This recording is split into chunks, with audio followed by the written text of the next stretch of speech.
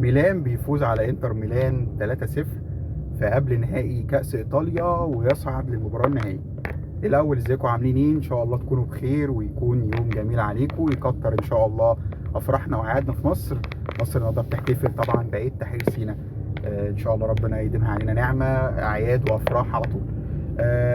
ميلان يا جماعه امبارح كان بيلعب مباراه العوده قبل نهائي كأس ايطاليا قصاد الانتر وقدر انه يفوز 3-0. المباراه في اولها كان انتر قوي جدا وعمل هجمات قويه جدا، وانا بصراحه بحب انتر. فكنت بشجعه، بس للاسف في اخر الشوط الاولاني الموضوع اتغير. ميلان قدر يجيب جون، بدا الشوط الثاني احسن وافضل، جاب الثاني. انتر حاول ما كانش قد كده، وجاب طبعا بعد كده الهدف الثالث وانهوا المباراه وصعدوا للمباراه النهائيه في انتظار طبعا بولونيا وامبولي في الناحيه الثانيه. بولونيا طبعا كسبان في مباراه الذهاب 3-0، فاقرب ان هو يصعد معاهم في المباراه النهائيه. بنشوف طبعا يا جماعه نظره سريعه كده على الليجا الاسبانيه. اتلعب جوله تانية خلال اليومين اللي فاتوا دولت، عكس اللي حصل في الدوري الانجليزي يعني والايطالي لانه متوقف عشان الكاس. ريال مدريد يا جماعه قدر ان هو يخطف فوز من ختافي بشق الانفس، صعب جدا.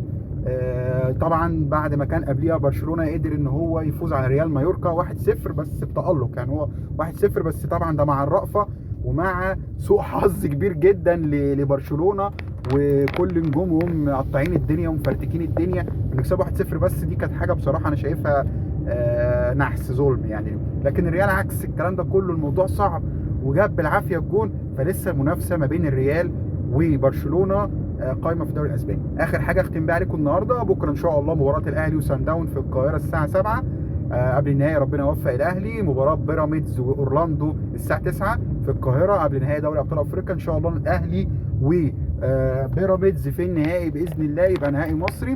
المؤتمرين الصحفيين اللي عملوا النهارده كابتن محمد الشناوي كابتن النادي الاهلي قال ان الاهلي طبعا فريق كبير جدا وكله عارف مين الاهلي، ونسعى لتحقيق انجاز اللي هو 3 بطولات افريقيا ورا بعض. كولر قال الجماهير هتدعمنا بكره، انا متاكد من كده، ومش عايزين نوصل لضربات الجزاء. نخش على مؤتمر الصحفي البيراميدز. احمد الشناوي كابتن نادي بيراميدز قال احنا عايزين نعمل زي ما بنقولوا حاجه ما اتعملتش قبل كده او معجزه، ونقدر ناخد الثلاثيه، وقصده ياخد الدوري وياخد كاس مصر وياخد معاهم دوري ابطال افريقيا.